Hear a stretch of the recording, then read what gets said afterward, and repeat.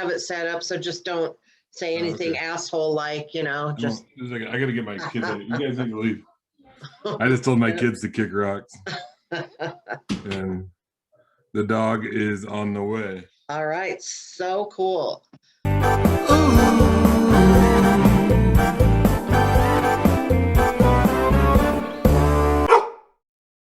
Welcome to Heavy Petting with Cheri Hardman. Today's guest is Sam Miller. Hello, Sam. Hey, how's it going? How are you? Okay. I was about to say magical because usually I say that, but I'm not doing magical. I'm just doing okay today. Oh, okay. Yeah.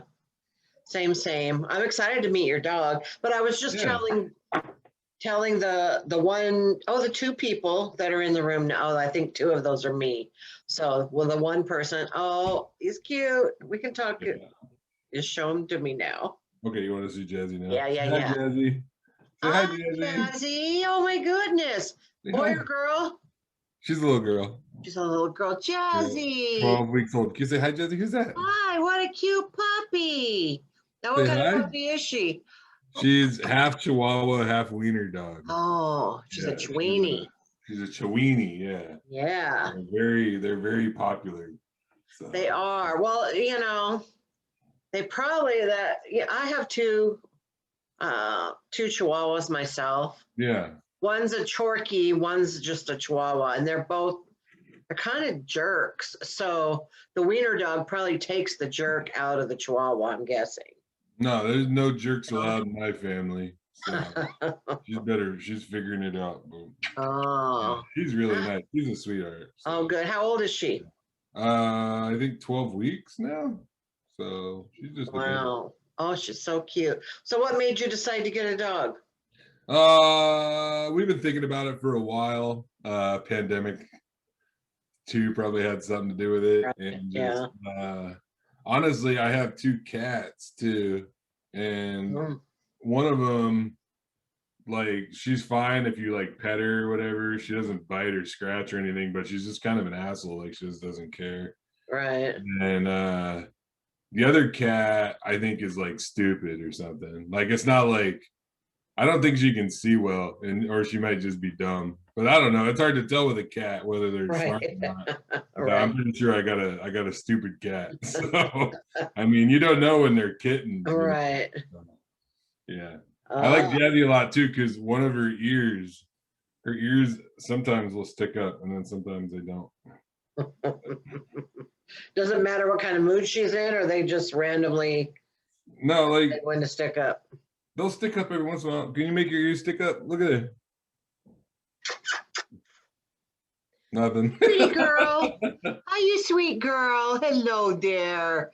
She's like, yeah, I don't want to look at you. I don't want to look at you. Oh, hi. I don't think she realizes. Yeah. What's going on? Yeah. She's probably a little bit weird. She's like, why the hell are you holding me like this? I'm gonna give you unsolicited dog advice. All right, I'm ready. Because everyone keeps telling me we did this wrong. Socialize your dog. You got to bring her around people and other dogs. Yeah. My wife brings her to work with, or my wife works with a bunch of people around. My wife works at a courthouse, and there's people running around and shit like that. So yeah, that's good, because we didn't do that with ours, and he doesn't like anybody because of it. No, yeah. It's too late now. You didn't socialize him, so yeah. Yeah, we don't want to do that. We don't want to do that. Yeah, nobody told us that. Yeah. Well, how do the kids like her? Oh yeah, she's great. The kids love her. They really do, and she does good with the kids too. So it's like, I'm gonna adjust my screen so you guys see. I think she might actually fall asleep here. I was gonna say, she looked like she was getting tired. Yeah, she's starting to get tired. Oh, what a sweetheart. Yeah. So, and that's kind of what she does. She's either running around like a maniac, or she just kind of passes out. She's kind of got two modes. Oh, those puppy naps, I remember them. They're so nice. Yeah. So, she's probably been doing it all day because she went to work with my wife. Oh yeah. She's really cute. I really like her. Yeah. Well, I know she's a new member of the family, but if she could write a review of how it's going so far, what do you think she would say? Jazzy, what do you think of our family? No, she said it's hit and miss. That's what she said. She's a very, just Chiweenies are known for their honesty. And, How does she get along with the cats? One of them doesn't want anything to do with her and like hisses at her and shit, but that's like the dumb one. And the other cat, they kind of play, and they don't hate each other. They're doing all right. Yeah. They're figuring out. I think eventually they might become like all the way friends, like cuddle friends. But, not yet. They're not into it yet. Yeah, it takes a little bit. Soon, I think, huh? Well, gosh, you're so lucky. I miss having a puppy, and I know I can't have any more. Why not? Like, oh, my husband, I've already brought home like 2 surprise dogs on him. So, you know, we're good now. So you just find him in a parking lot or something? No, I plotted and schemed behind his back. So yeah, and then just like, oh honey, there's this dog that needs a home. Yeah, so I did that. So yeah, that's how it goes sometimes. Yeah. I remember when I was a kid, and you'd see him in like the Safeway parking lot, and they'd just have a sign that said free puppies. And that's like what you did if you had like a litter of puppies. Oh, Jazzy just stepped on the screen. Can you still see me? Yeah. Okay. Oh no, yeah, I don't know. No, I didn't see any change, so that's good. God. I definitely can't see you. Oh, there we go. Now we're back. Oh, I was gonna say that, you know, I'm not looking my best today, so that's probably not a problem. No, but I was just telling the people, the non-existent people, that last time I saw you was when we were trying out for Nate's club. Oh yeah. And remember that was like right before the pandemic hit. So it's been, you know, about a year.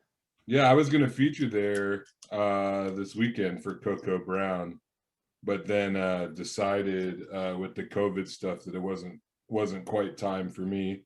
Yeah.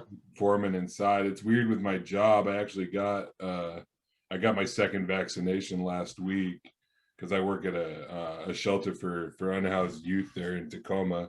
Right. And it's like one of those things where I don't fault anybody for performing live comedy. And I am doing a patio thing in Portland on Sunday, but it's just not quite my time to be back in the club. Right. Yeah.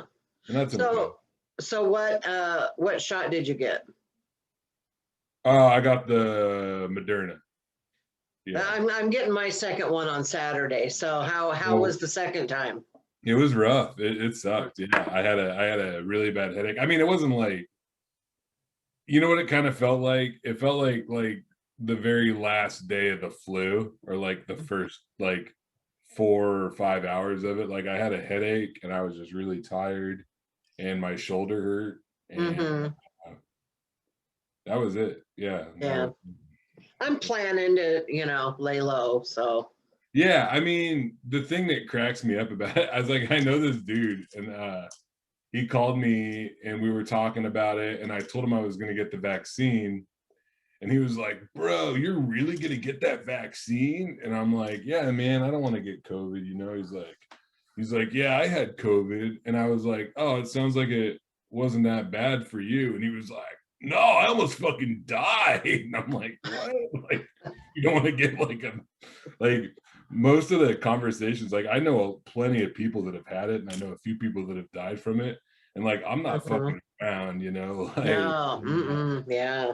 Especially I live with my mom, and she's old, and she lives downstairs, and it's like I don't want to bring it home. Like I stepped away from work for a while. Like I work at this shelter, and I was worried about getting it and bringing it home and just fucking killing my mom. Right. So yeah, I just left it alone, you know. I left it alone. So well, I think we should good.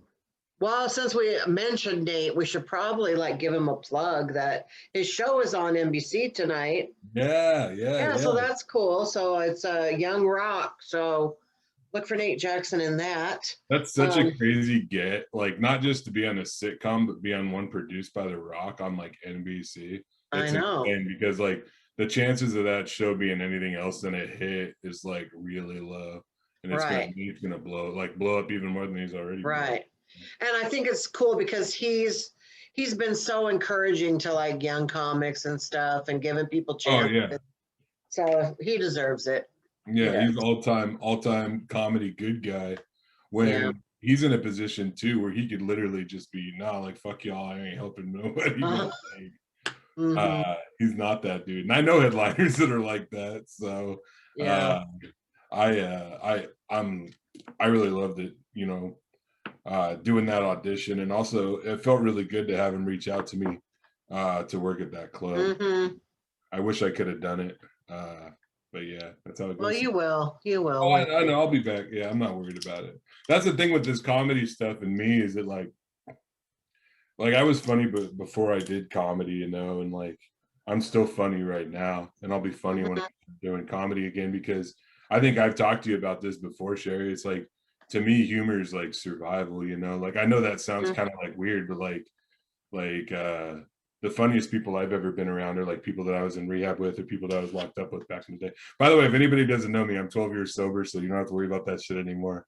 But but yeah, it's like when people are going through really hard times, like that's the shit. Like when you get locked up, they can take everything from you. Like I was like, whatever I was doing, they were like, fuck that, you're in jail now, motherfucker. Like they take Mhm. that shit. Like literally, they take you and put you in a jail. Like that's what people don't realize. It's not so much that I was in jail, it's that they took me out of my life. They took like it was gone.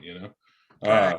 But in there, like the one thing they can't take is I can still talk shit. I made fun of the guards, I made fun of other inmates, which honestly a bunch of shit that I wouldn't be caught dead saying anymore. But like I was a different dude and that was a different situation. But that's the thing is it like to me, like when I'm performing comedy on stage, like I'm connected to like my most important ability and like my most honest self. So Mhm.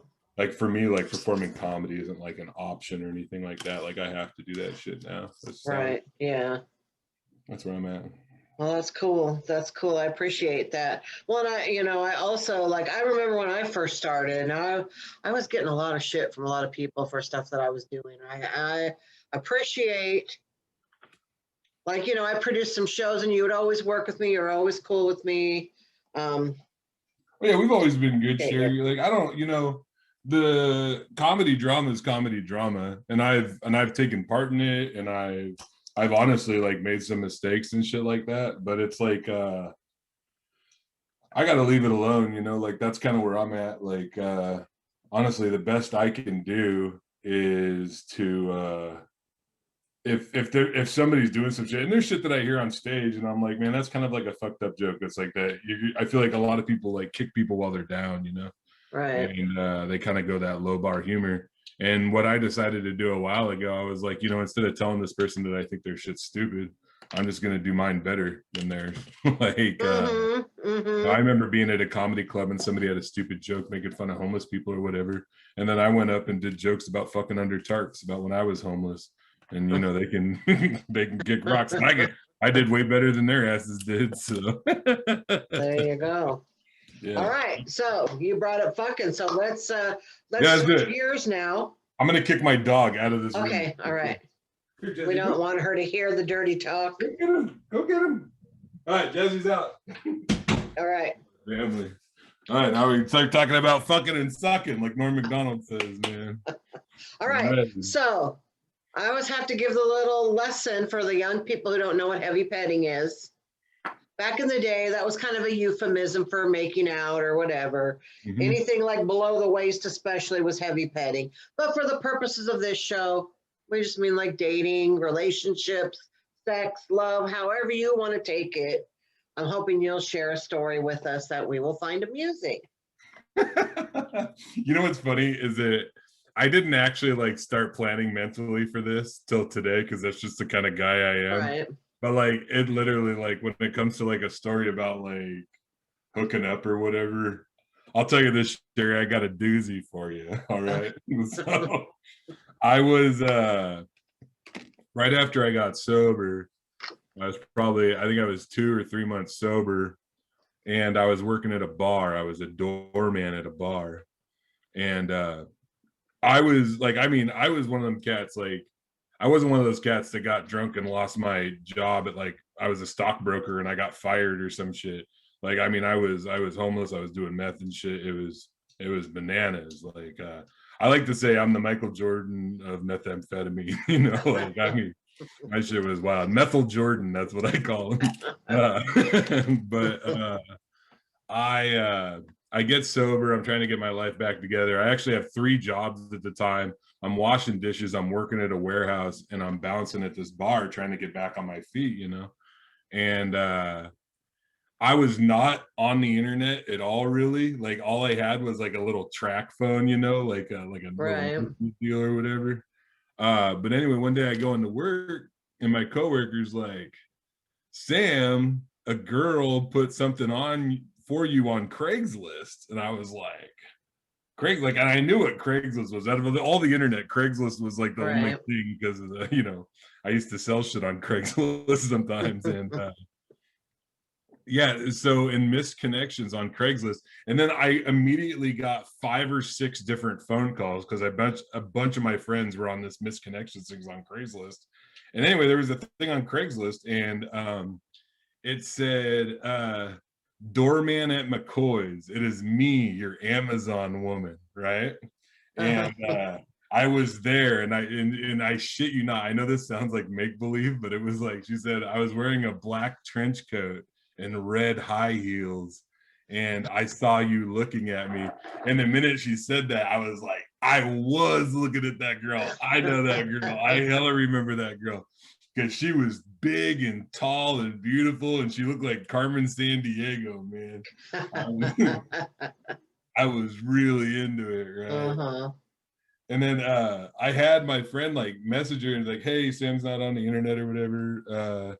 And I got her number and I called her, and she was just like, yeah, why don't you come over tonight? And I was so pumped because I was like weird and kind of lonely, and like I was, you know, like fucking's good when you're like when you like fuck a lot, that's cool or whatever. But man, when you've been kind of like down and out for a while, and it was so cool that like she was into me because like I was into her just because I don't know, it's not often you see a girl like she was seriously like she had to have been at least like 6'3", and I'm a tall dude, you know, I'm 6, and she must have been 6'3" and probably like she was thick, she was great, she really was. Anyway, I go over to her house. I go over to her house, and she was like, "You want to go in the hot tub?" And I was like, "Fuck yeah, I love hot tubs." And that was cool because I probably needed a bath anyway. And we get in the hot tub, right? And like shit got heavy pretty quick. And before I know it, like we're fucking in this hot tub, right? And like she's on top of me. And I'm immediately kind of like fucking in a hot tub seems like a good idea, but it's not. It's just like it's bad. Like it seems super hot. But anyway, uh she's on top of me, and like I'm getting like it's getting like we're really going at it, and like it's like splashing hot water in my face, and I'm like sweating more than usual. Like I already sweat a lot. You've seen me on stage, Cheri. I sweat a lot, and I'm getting like splashed, and I'm just like, what's sweat? What's hot tub water? Like, what's going on? And then she kind of pushes my shoulders back and leans forward a little bit. And I was into that. But then all of a sudden, I felt like something poked me in the back, right? And I was like, what the fuck was that? And then it happened again. And I was like, whoa, what was that? You know, and I was like, wait, hold up. And it happened one more time. And I said, hey, I don't know what, like something's poking me. I was like, I don't want to do this anymore. Let's just go in the bedroom, whatever. And we went in the bedroom, and then it got weird again, because then she was like, do you mind if I play some music? And I was like, you know, that's fine. And then she was like, do you like 311? And I was like, no, but that's all right. What's 311? They had like, they're not like a horrible band or anything. They're just not, it's just, they're like 90s, like cheesy, like kind of. Oh no, like they had that song. It was like amber is the color of my energy. Whoa, they kind of had like a reggae sound. I don't know, I'm not a big music guy. I don't know. People who are watching it, I can't believe you've never heard of 311, Cheri. I know. Anyway, we're listening to Cheri. She tried to do this thing with like an office chair, but it seemed like a definite like OSHA violation, as big as we were to be fucking around with this office chair.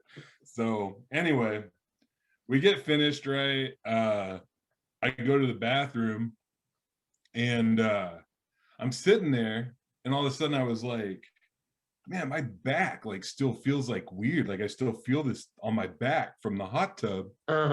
And I turn around like this in the mirror, and there's 3 circles, and they look like, you know, like on a sniper rifle, like the reticle, like the crosshairs on a sniper rifle.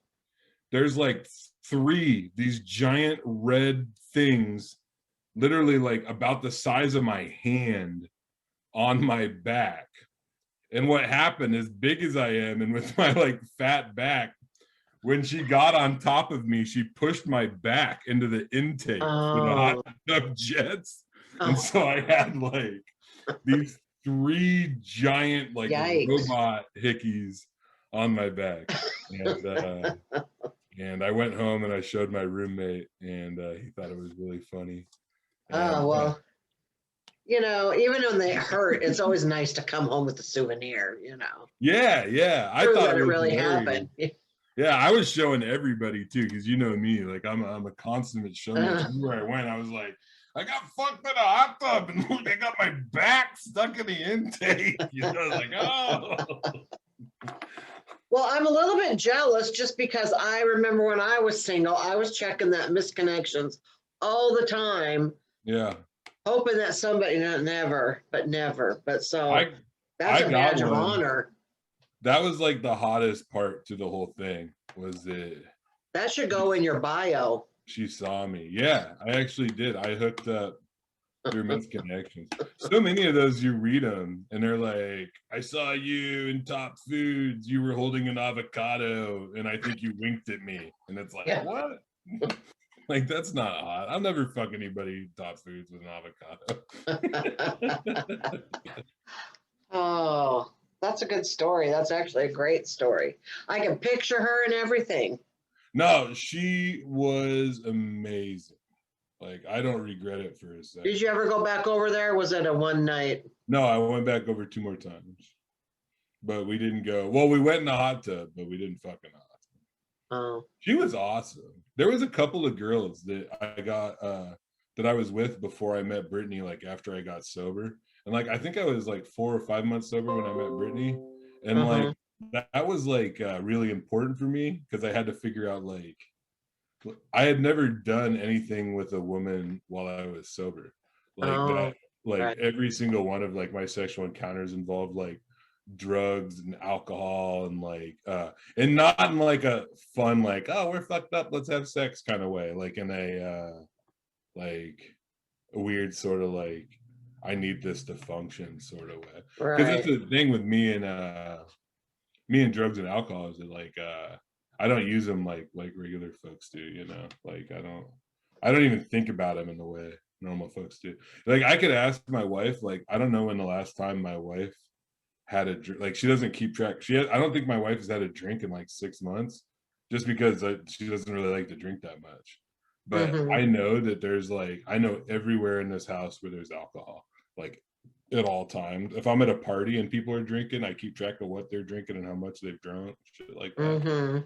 I can't help it. Right. And I smell hand sanitizer, which has been fun with COVID. My mouth waters, shit like that. Well, it does smell like alcohol. I mean, obviously. It is alcohol. Yeah. Yeah. Wow. Yeah. Well, that's awesome. So, so we're not doing any comedy right now. Do you got anything that online going on, or? No, I'm telling you, I'm doing a patio show in Portland on Sunday at Alberta Street Pub, 7:30. It's cool. I'm headlining that one, and then I booked a show in Salem at like a food cart place. But yeah, I haven't really been doing a lot of the Zoom stuff. I think it's cool that people are getting something out of it. I think that's great, and I'm sure that a lot of it's great. I've done a couple things. I did. Dan Mills has a great show. He does. That you did. Yeah, I actually had fun on that one. But honestly, like the amount of work I have to put in versus like kind of like what I get out of it isn't worth it for me. Because when I do comedy, like it's like a process. It's like a kind of like a ritual thing where like there's things I do before, and generally like a drive and like kind of getting pumped before I get up on stage. And then also then I have to kind of land the plane. Like that's the other thing. And without that drive or without the like, it's really hard to land the plane. Yeah, it's really different. It is really different. Well, Yeah. I had a successful show. I just want you to know it can be done. I think everyone had, I had like about 35 audience members. So that was saw that. Was that the one that you messaged me about that one time? Uh-huh. Yeah. Yeah, Debbie Wooten was able to get someone for me to fill the. Oh, that's good. Yeah, I know Lee's funny too. Lee's a good guy. Yeah. Yeah, I've known Lee for a while. Yeah, because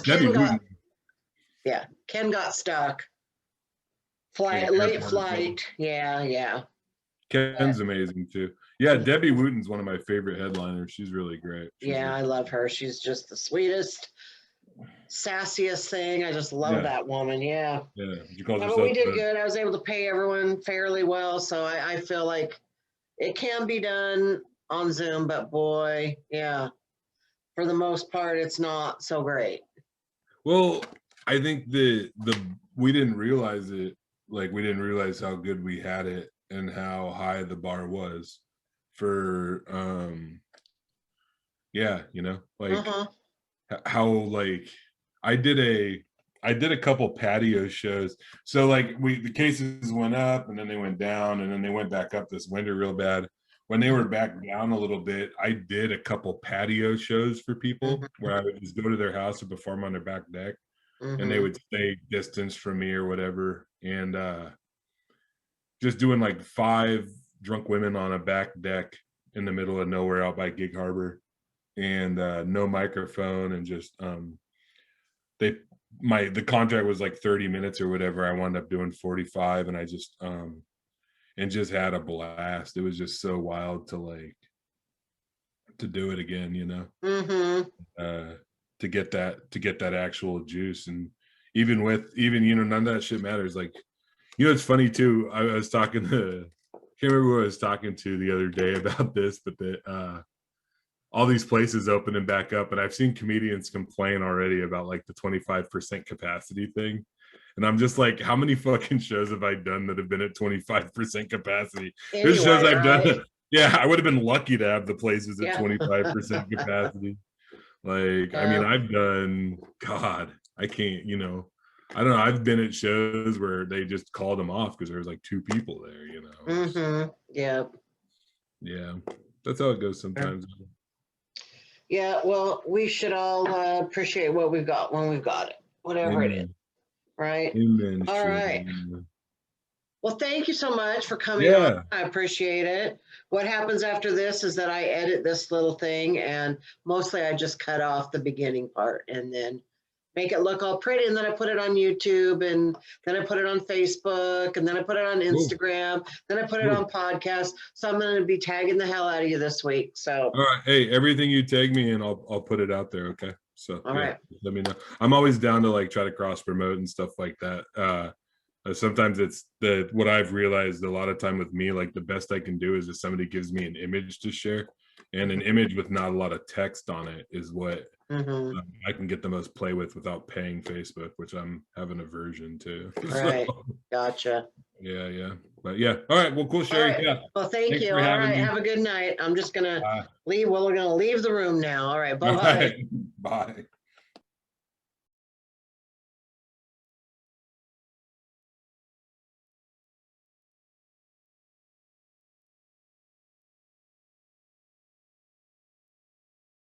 What's on her mind? She's a big girl